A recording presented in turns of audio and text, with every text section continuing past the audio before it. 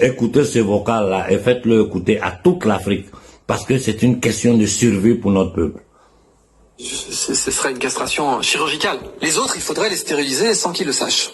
Pour atteindre les objectifs qu'il faut atteindre, c'est ça qu'il faudrait. Donc, il faudrait une immunostérilisation de masse qui soit présentée comme autre chose. Il n'y a pas d'autre solution. Il faudrait une immunostérilisation de masse qui soit présentée comme autre chose. Si possible, en jouant sur les leviers de la bienveillance et de la solidarité. Hein. C'est pas quelque chose qu'il faudrait pas utiliser, mais ça devrait être présenté comme ça. Mais il faudrait surtout pas dire que c'est une stérilisation. Surtout pas. Et pour ne pas dire que c'est une stérilisation, il faudrait que ça fonctionne lentement. Il faudrait que ce soit une immunostérilisation qui prendra effet sur une demi-douzaine d'années. Minimum, vous voyez, pour que vraiment la fécondité baisse, qu'on ait des femmes qui n'aient plus leurs règles ou qui aient leurs règles complètement déstructurées, complètement déréglées.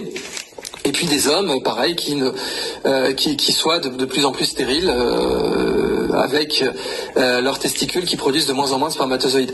Mais pour pouvoir le dénier, parce que vous avez compris que le déni plausible est essentiel, si vous voulez vraiment tuer 7 milliards de personnes, ou en tout cas faire en sorte que à l'horizon 2100, il y ait que 1,5 milliard de personnes sur Terre, il va falloir un déni plausible. Donc, si vous pratiquez l'immunostérilisation, l'immunovaccination, dont j'insiste, dont elle existe depuis longtemps et fonctionne très bien, il va falloir la cacher sous autre chose. Il va falloir avoir une excuse pour la pratiquer à si grande échelle et pour injecter des milliards de personnes, hein, parce qu'il va falloir injecter, si vous voulez immunostériliser des milliards de personnes, il faut injecter tout le monde. Après, il y a plein de façons de faire ça en passant.